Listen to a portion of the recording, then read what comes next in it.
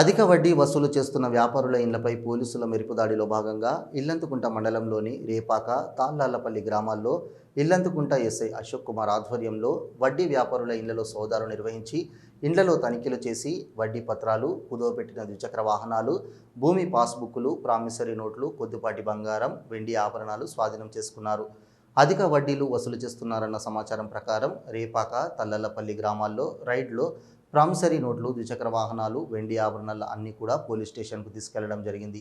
ఎవరైనా కూడా micro finance, daily చిట్టీలు, వడ్డీ వ్యాపారులు అధిక వడ్డీలు వసూలు చేస్తున్నారని సమాచారం ఇవ్వాలని, వారిపై చర్యలు తీసుకోవడం జరుగుతుందని పోలీసులు హెచ్చరించారు.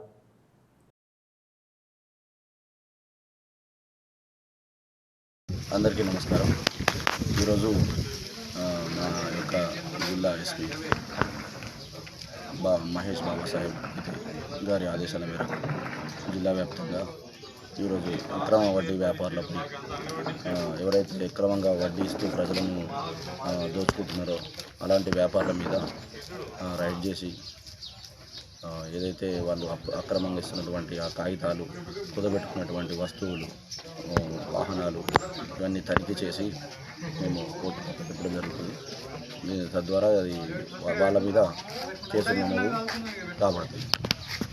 ఈ యొక్క సర్చింగ్లో భాగంగా మేము ఇల్లంతకుంట మండల పరిధిలోని రేపాక గ్రామంలో ఒక వడ్డీ వ్యాపారీలు, అలాగే తాళాలపల్లి గ్రామంలోని ఒక వడ్డీ వ్యాపారీలను పోలీస్ టీం ఆధ్వర్యంలో చెక్ చేయడం జరిగింది.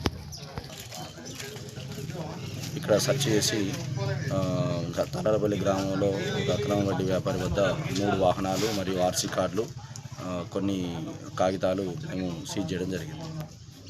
ఎలాంటి లైసెన్స్ లేకుండా, ఎలాంటి మనీ లెండర్ లైసెన్స్ లేకుండా వడ్డీ వ్యాపారం చేయాలంటే ఖచ్చితంగా లైసెన్స్ ఉండాలి. అలాంటి లైసెన్స్ లేకుండా ఎవరైనా వడ్డీకి అప్పులు ఇచ్చినట్లయితే వాళ్ళ మీద చట్టప్రకారం చర్య తీసుకోబడుతుంది.